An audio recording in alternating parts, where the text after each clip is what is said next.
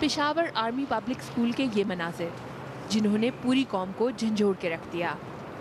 इस वाक़े के बाद जहां कई इदारों और पॉलिसियों के मुतालिक बहस जारी है, वहीं एक मर्तबा फिर ज़राए इब्लाग के किरदार पर भी उंगलियां उठाई जा रही हैं और मुतालबा ये है कि मीडिया तशद्दुद पसंद तंजीमों के मौक़िफ़ की नशर इशात बंद करे।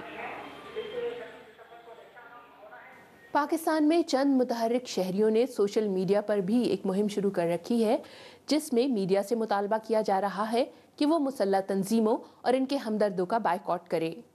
ट्विटर पर #No Airtime for Taliban के नाम से शुरू की गई तहरीक के लिए मारूफ सियासी और समाजी शख्सियात की हिमायत हासिल करने की कोशिश की जा रही है।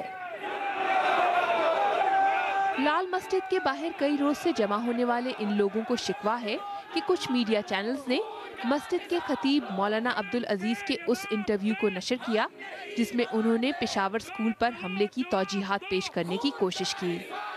लेकिन क्या कहानी के दोनों रुख पेश करना सहाफती जिम्मेदारी नहीं? ये शिकायत सही है कि मीडिया को दहशतगर्दी की खबरें देते वक्त ज़रा एहतियात करनी चाहिए।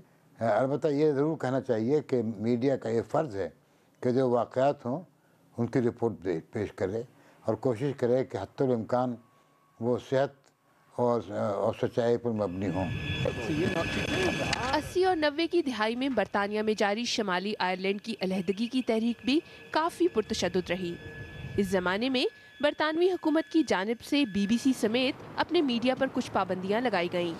शिद्दत पसंद तंजीमों के मौक़िफ़ पर पाबंदी की हिमायत करने वाले अक्सर इसी की मिसाल देते हैं।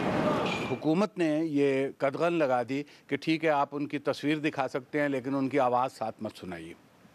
तो इसका सहाफ़ियों ने वहाँ ये हल निकाल लिया कि वो जेरी एडम्स की तस्वीर दिखाते थे और उसकी आवाज़ हटा के उसको डब कर लेते थे किसी एक्टर की आवाज़ में, जिसकी हूबहू वही आवाज़ और वही आयरिश लहजा।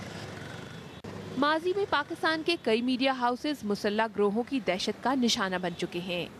मौजूदा सूरत हाल में खतरात में घिरे मीडिया के लिए जिम्मेदारी के साथ कहानी के तमाम रुख पेश करना यकीनन दो धारी तलवार पर चलने से कम नहीं।